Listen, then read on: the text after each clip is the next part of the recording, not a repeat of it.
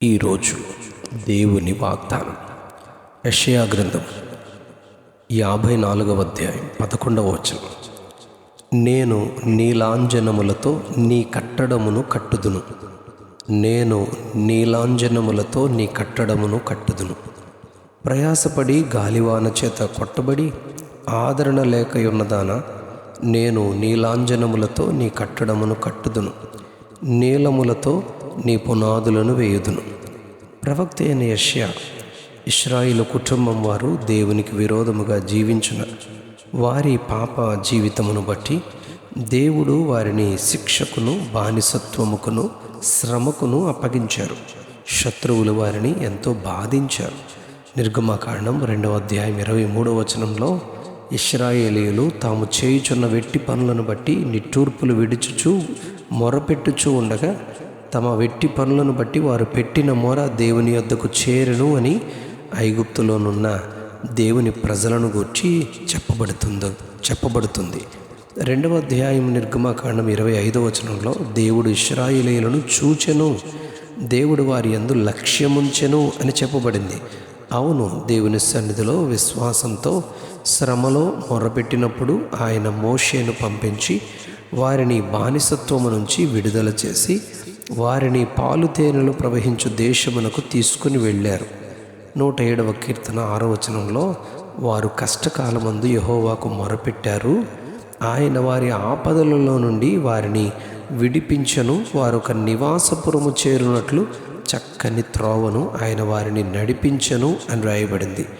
107వ కీర్తన 13వ వచనంలో వారు కష్టకాలమందు యెహోవాకు మొరపెట్టారు, వారి కట్లను తెంపివేసి చీకటిలో నుండి మరణాంధకారములో నుండి వారిని రప్పించెను అని రాయబడింది.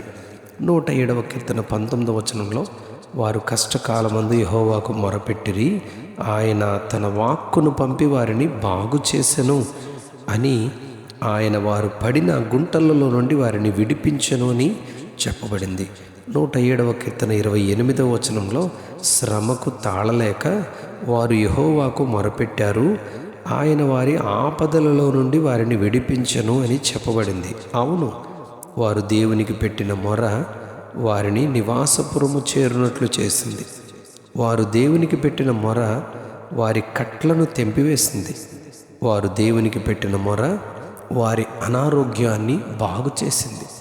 వారు దేవునికి పెట్టిన మొర వారిని గోతిలో నుండి వెలుపలికి తీసింది. వారు దేవునికి పెట్టిన మొర వారిని చెరలో నుండి బయటికి తీసుకుని వచ్చింది. ఈ దిన మన ధ్యాన వాక్యంలో నేను నీలాంజనములతో నీ కట్టడమును కట్టుదును అని దేవుడు వాగ్దానం చేస్తున్నారు.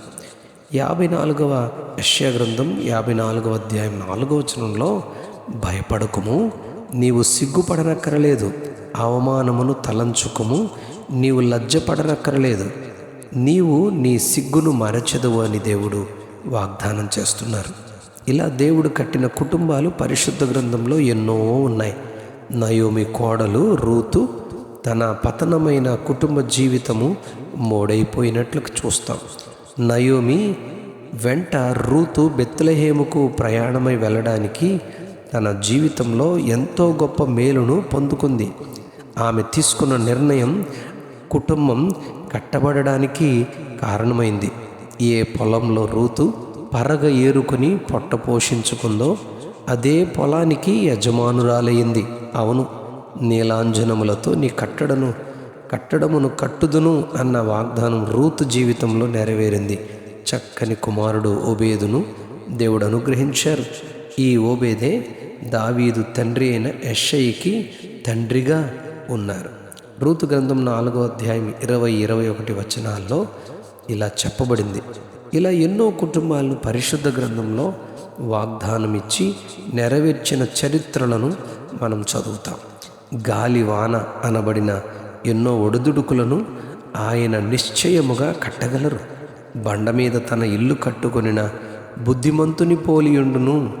వాన కురిసెను, వరదలు వచ్చెను, గాలి విసిరి ఆ ఇంటి మీద కొట్టెను, ఆ ఇల్లు నిలిచెను. కారణం, ఈ నా మాటలు విని వాటి చొప్పున చేయు ప్రతివాడు బుద్ధిమంతుడు అని ప్రభువు చెబుతూ ఉన్నారు. అలానే మనమును దేవుని వాక్యాన్ని విని ఆయన చెప్పిన మాట చొప్పున చేస్తూ గొప్ప జీవితముగా కట్టబడుదుముగాక. Amen, amen, amen. నేను నీలాంజనములతో నీ కట్టడమును కట్టుదును. నేను నీలాంజనములతో నీ కట్టడమును కట్టుదును. ఆమెన్.